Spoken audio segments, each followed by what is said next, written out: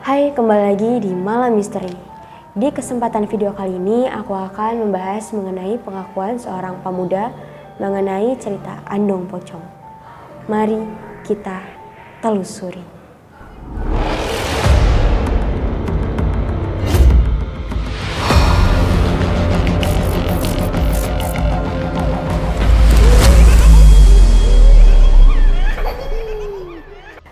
Cerita ini berasal dari Ahmad Imron, seorang pemuda berasal dari desa Kesambi Porong.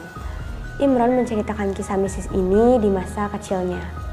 Kisah Imron bermula pada saat ia masih duduk di kelas 5 SD. Awal mula cerita, saat Imron pulang belajar kelompok dari rumah temannya, ia mampir membeli bakso di pertigaan di dekat rumah selang waktu maghrib. Dan dia bertemu dengan temannya. Saat itu teman Imron memperingatkan Imron agar tidak sering keluar pada waktu maghrib karena Andong Pocong telah sampai di desa sebelahnya. Buat yang belum tahu Andong Pocong itu apa, kalian bisa lihat penjelasan singkatnya di video kami sebelumnya.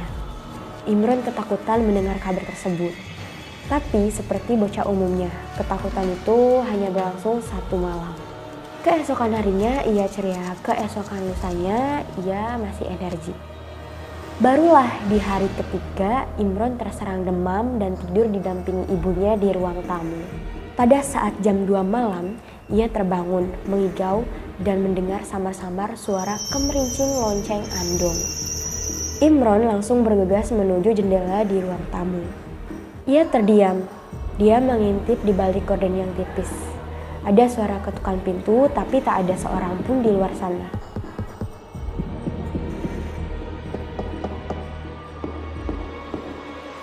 Tak ada bayangan sosok siapapun di baliknya. Suara ketukan pintu terus berbunyi. Kondisi itu membuat Imron benar-benar merasa ketakutan. Jantungnya berdegup sangat kencang. Dengan segala rasa takut dan gelisahnya, Imron pun berteriak.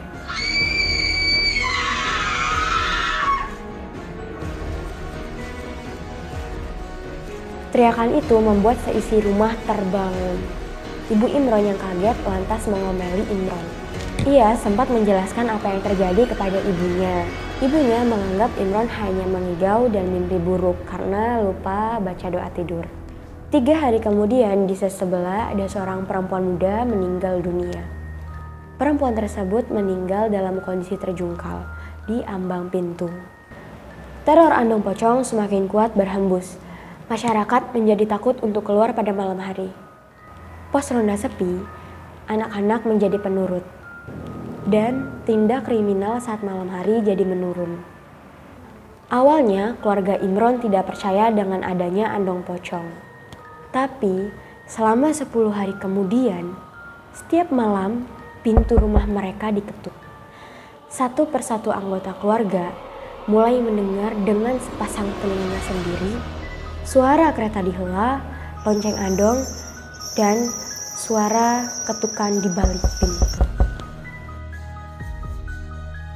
Selama 10 hari itu, Imron merasa tersiksa. Ia sempat jatuh sakit. Menurut adik sepupunya yang kebetulan indigo, sosok misterius yang mengetuk pintu memang berwujud pocong, membawa celurit bermata merah dan membawa kereta yang dapat terbang. Banyak rumah yang didatangi Andong Pocong ini.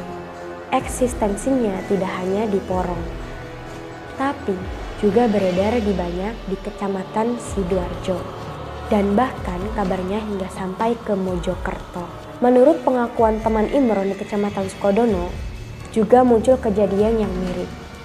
Dan akhir-akhir itu di daerah Malang, ada kabar juga terdapat Andong yang ditarik si putih. Itu singkat cerita dari seorang pemuda bernama Ahmad Imron.